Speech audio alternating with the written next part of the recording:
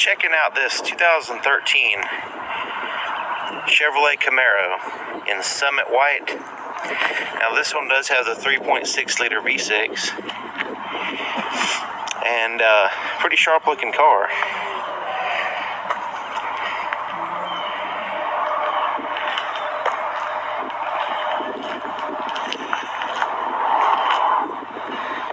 You see in the front, it's got the RS written there, fog lights, projector headlights,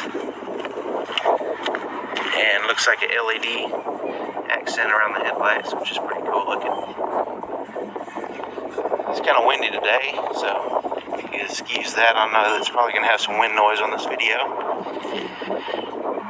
I really like the wheels. It's kind of like a matte finish aluminum wheel. They got a set of Pirellis, 20-inch Pirelli tires.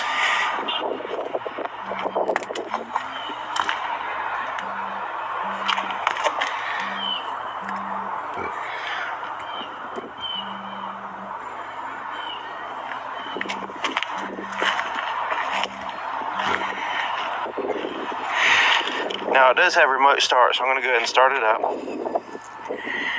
You just have to lock the doors and then hold this button here.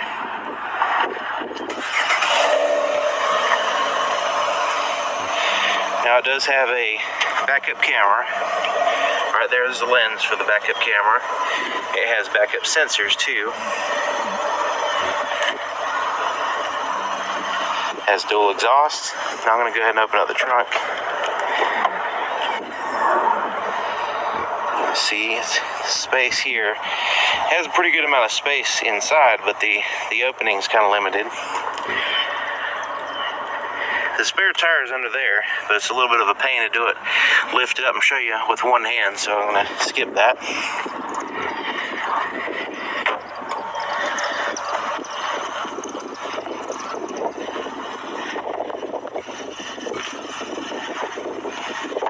This one does have aftermarket tint on the glass.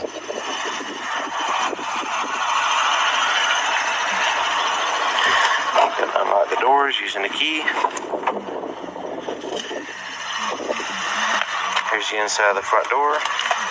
We do have premium Boston speakers. There's a place to open up the trunk. Powered windows and door locks and side mirror controls are there. You have some stitching there on the door, and this is kind of like a plastic material here. Kind of looks kind of futuristic, pretty cool. I really like the way the seat looks, and it's pretty comfortable. The seat itself is comfortable. There's your power seat adjustments there, and they are heated. I'm gonna hop in. Now, one thing to consider, I have this seat. Now, since I used, actually, I'm gonna go ahead and turn everything on because I use remote start. I still have to put the key in and turn it in its on position.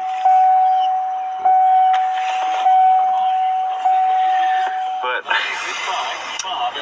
one thing to consider in this vehicle, when I get in and I have the seat all the way down and all the way back, I'm still kind of limited on headroom here. My head is actually touching the top, and I'm 6 feet tall. So, in getting in and out, as you can see, it's kind of a little bit of a chore there. It's not the easiest car to get in and out of, and it's not a huge amount of headroom. It's not, I mean, if you're more than 6 feet tall, then you're pretty much gonna have issues there trying to, drive this thing. Now, I guess you could put the seat back, but you're just reclining.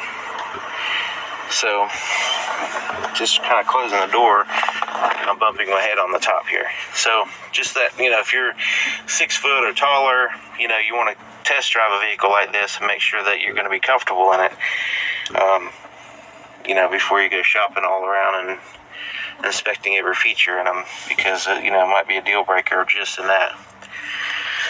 All right, now this is going to be a challenge here. to get this on camera, maybe. Let me put the steering wheel down, because it does have the reflection up in the, I don't know if you can see that. It's clear as day to me with my eyes. Let's see if I can zoom in, maybe. There, okay, that helps. Basically, it has a digital speedometer reflected in the windshield.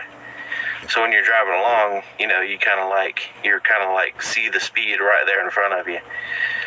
So, and I'm not sure if you can turn that off, but I mean, it's pretty convenient. You don't have to look down the speedometer. But I mean, it's pretty neat. And I don't know if there's any other messages or anything, if it's just the speedometer or if it's any other kind of messages will be there. But I thought that was pretty neat. So let me zoom back out. Put the steering wheel back up. And the only reason why I put the steering wheel down is so I can use the camera, aim the camera there. I mean, I can see it fine with my eyes. So here's the steering wheel. Now, back behind the steering wheel, back in here, you can see your headlights. You do have automatic headlights here.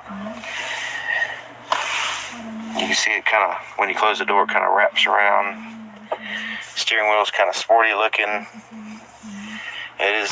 Looks like the same steering wheel that's in the Chevrolet Cruze. And it does have some plastic paddle shifters back here. And so, I mean, they're probably pretty durable, but they kind of feel like they're kind of weak. Like if something were to snag on them, they might break off. They don't feel like the Chrysler products will have metal ones there, and they just feel a little bit more sturdy. These are kind of, I mean, they're probably just fine. It's just, just kind of explain it the way I see it.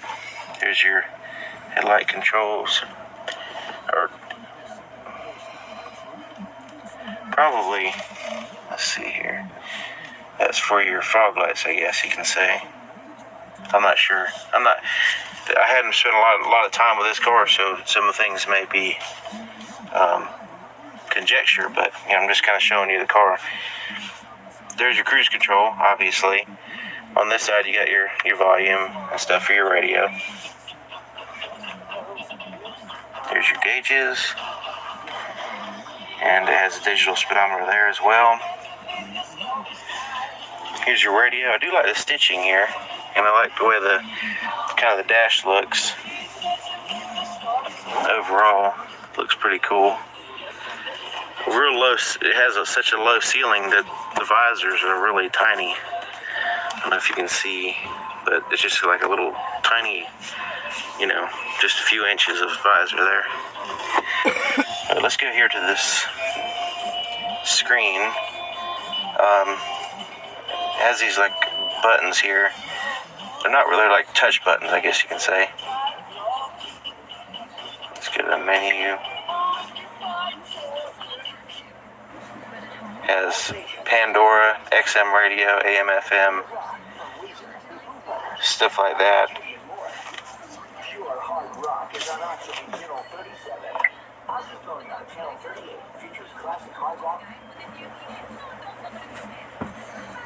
And it does have Bluetooth where you can pair a phone and answer it through the system. It does have a lot of customization here.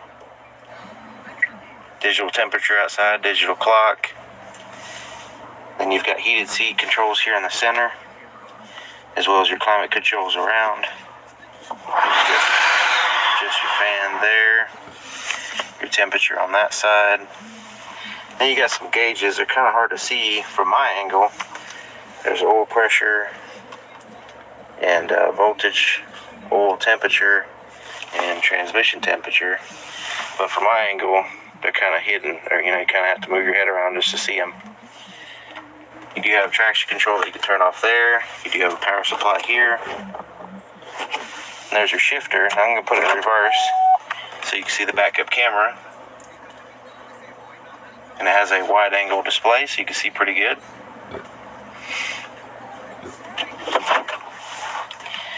And here's this whole center console here. It's kind of high up. separates you from the passenger there. Cup holders. This opens up here, and that's where your USB port is and auxiliary input. There's a glove compartment, which is pretty good size for this size vehicle. Now up here, this is pretty cool. Let's see if I can get it on.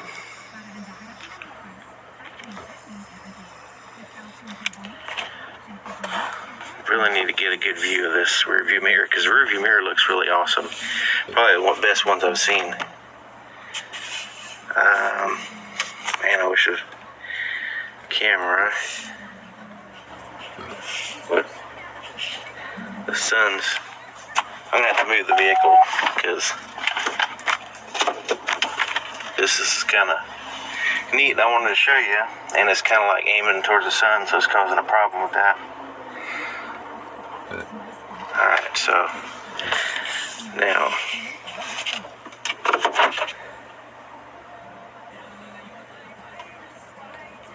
yeah, there's the rear view mirror, and it has like a silver futuristic look to it, I guess you can say. And it has your own start button there, and I guess voice control there, and I'm sure it's auto dimming, but I don't know, it just has a really classy, sporty, futuristic look to the mirror itself. And I don't know why that kind of stood out when I got in the vehicle.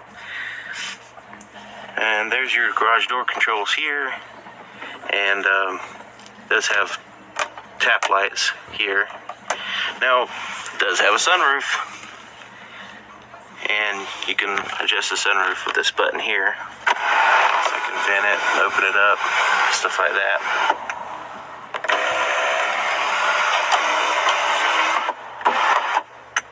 And it also has a shade. And as far as the headroom, the sunroof doesn't help if you open it up, because the sunroof's kind of like not above your head. So, so let me go ahead and pop the hood so we can look under the hood.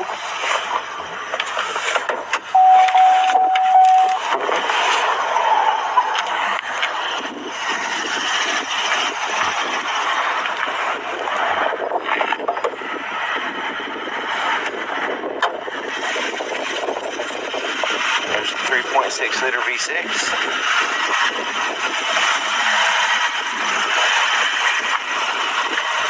And I notice there's a trend on vehicle manufacturers now that they just cover everything up with a big old sheet of plastic, so you can't really see the engine. And I'm not a fan of that. I like to see some metal when I lift the hood, but hey, I guess some people just like to see the plastic. But anyway, if you have any questions, I'll try to find out the answers. I know I'm not an expert on Chevrolets, but just showing you what it looks like and how I see it. So if you have any questions, my phone number and email address will be in the description. See you next time.